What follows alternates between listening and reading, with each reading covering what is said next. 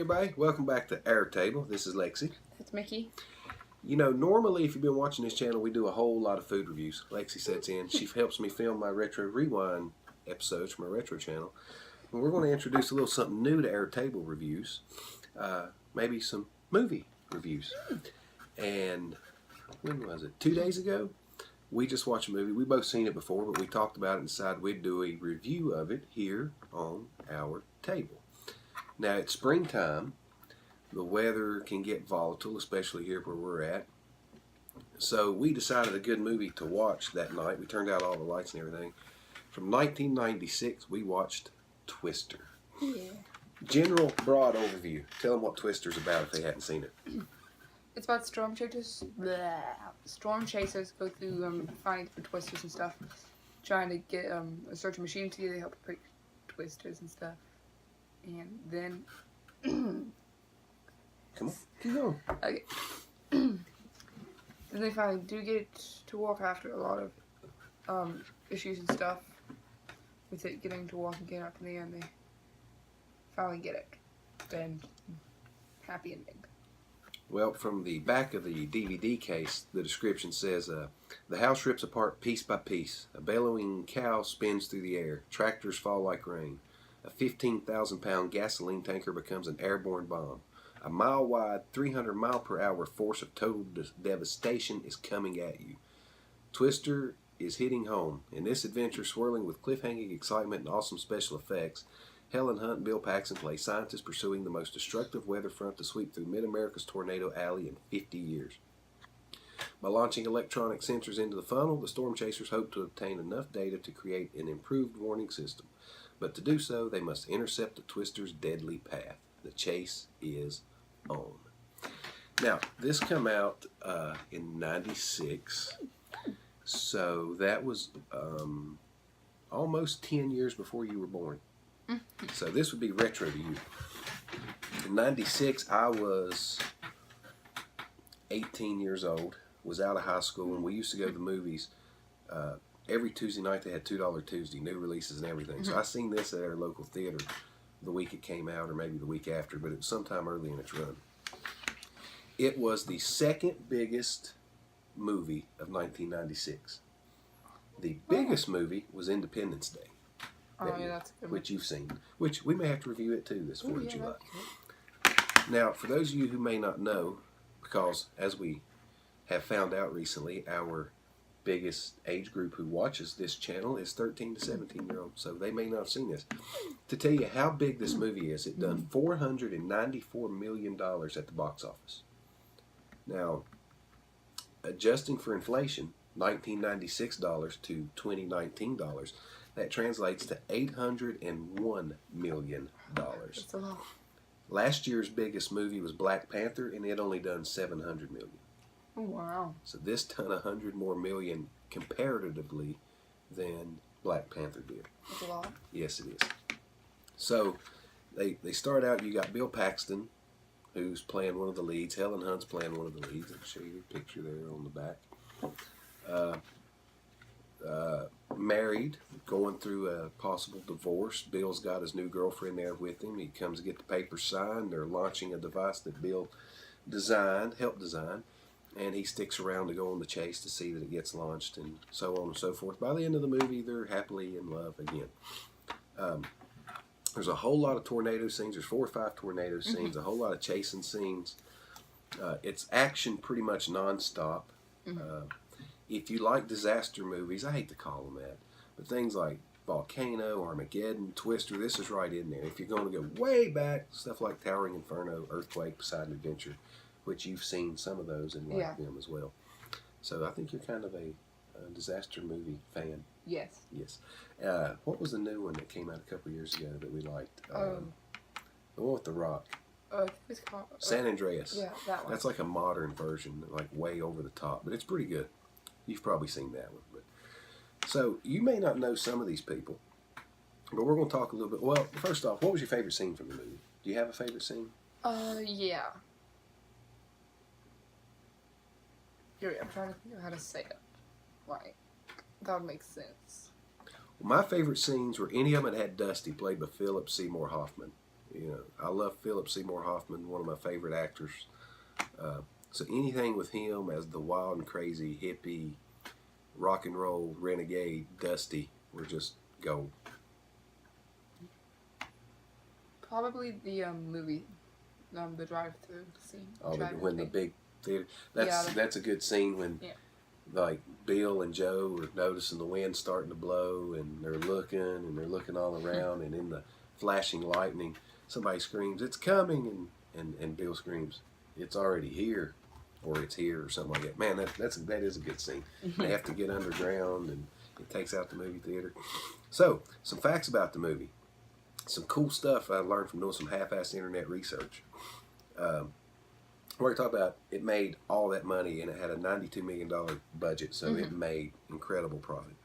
It was written by Michael Crichton, mostly written by Michael Crichton. You know what else he done? Another movie you really like. Which one? Jurassic Park series. Oh. Yeah, Michael Crichton wrote the original Jurassic Park movie. He also had a big hand in writing this. Starred Helen Hunt, Bill Paxton, Jamie Gertz, who, for you older retro fans who may be watching this, also starred in The Lost Boys, which you've not seen, about the 4 vampires. That's one that'd be right up your alley. We'll have to watch it at some point, too. Philip Seymour Hoffman, we already said. Bill Paxton was coming off Apollo 13, which was a mega movie in itself, which is one that I still haven't watched with you that you want to see. We might have to do it. Man, we got all kinds of stuff we could review. We just watch them. Just got to find time. Jamie Gertz was playing Bill Paxton's new fiance, a psychiatrist. Originally, and you're not going to know who this is, but Mira Sorvino was originally cast in the part, but she refused to dye her hair brunette for it. It seemed like either she would to be in what was supposedly going to be a big movie, or the color hair wouldn't really matter. I guess they didn't want a blonde to compete with Helen Hunt. They wanted to have maybe, I don't know. Bill Paxton played the lead, and I don't know if you want to know who this is or not. Garth Brooks was originally offered the lead role. And I had never heard that, but when I think about it, I'm like, yeah, that'd probably be pretty good. He's a native Oklahoman. That'd probably been pretty good. He's big, one of the biggest country music stars of all time. Got a real nice southern twang, good country look to him, down to earth. But he turned it down because he knew, and he even said this, that he wouldn't be the lead. The tornado would be the biggest star of the movie with the special effects. And I think he was pretty much right. Yeah. What else did we learn? Much of the movie is shot in Waukeeta, Oklahoma. You know, it's kind of there towards the end when the whole town's destroyed. Yeah. Most of the movie was filmed in Waukeeta. The producers bought and then demolished 8 blocks worth of housing. They bought them all just so they could demolish them for the movie. Plus, they built another 30 homes that they then demolished for the movie. The devastation looked so real that helicopter flying over landed to check out the damage because they thought something had happened, but it was all part of the movie set. Wow. All the newscasts on TVs in the background feature Gary England, who was one of the more famous actual Oklahoma newscasters, meteorologists. So they worked him in too. But speaking of the tornado being the star, the storm sounds in the movie, I found out, were actually animal sounds. They mixed a camel's moan, a lion's growl, and a tiger's snarl. They slowed them down and played them backwards to create the roaring sound of the tornado. And they used the 747's jet engines to create the 200-mile-an-hour winds when they needed them. This movie was big on special effects, but not a whole lot of CGI. But you remember the one scene when they're on the bridge with the water spouts and the cow comes flying by? Yeah. They reused a CGI effect. That was actually a zebra from the movie Jumanji. And they reworked it and made it into a flying cow. So that was pretty cool. And one more good, interesting note on this. We're holding a DVD copy. Twister was the first mainstream Hollywood movie to be released on DVD when DVD was still a new thing back then. Wow. I'd hate to see how much it cost back then. Probably like $20, $25, which don't sound like a lot today, but that's $1996. But I don't even know how to rate these things. We haven't even talked about it. If we want to do thumbs up, thumbs down, 1 to 10, 1 to 5. Let's do a 1 to 5 scale. 1 out of 5 stars. Yeah. So, 1996 Twister starring Bill Paxton and Helen Hunt. What would you give it? 4 out of 5 stars. 4 out of 5. It was pretty good. A lot of it's nostalgia value for me because I remember going to the theater and watching it. I think I may have went and seen it twice actually, and then I've watched it several times since then. I'm gonna go 4.5 out of 5 stars. It's a great action movie. It's a disaster film. It's got good acting. Produced by Michael Crichton, who produced Jurassic Park. Directed by the director of Speed, which is another one you'd probably like that you've not seen. Man, this may be an interesting adventure reviewing movies with this one. Give me a chance to go back and watch some I love that she's never seen and get fresh perspective on them. So 4.5 from me, 4 from you. That averages out to 4.25 stars. That's pretty good out of 5. So you can these days pick this up. I got this copy of it from the $3.74 bin at Walmart. So if you've not seen it or you've not seen it in a long time, go out and pick it up. Or if you'd like to help out the channel, I'll put a link to the DVD that you can purchase on Amazon.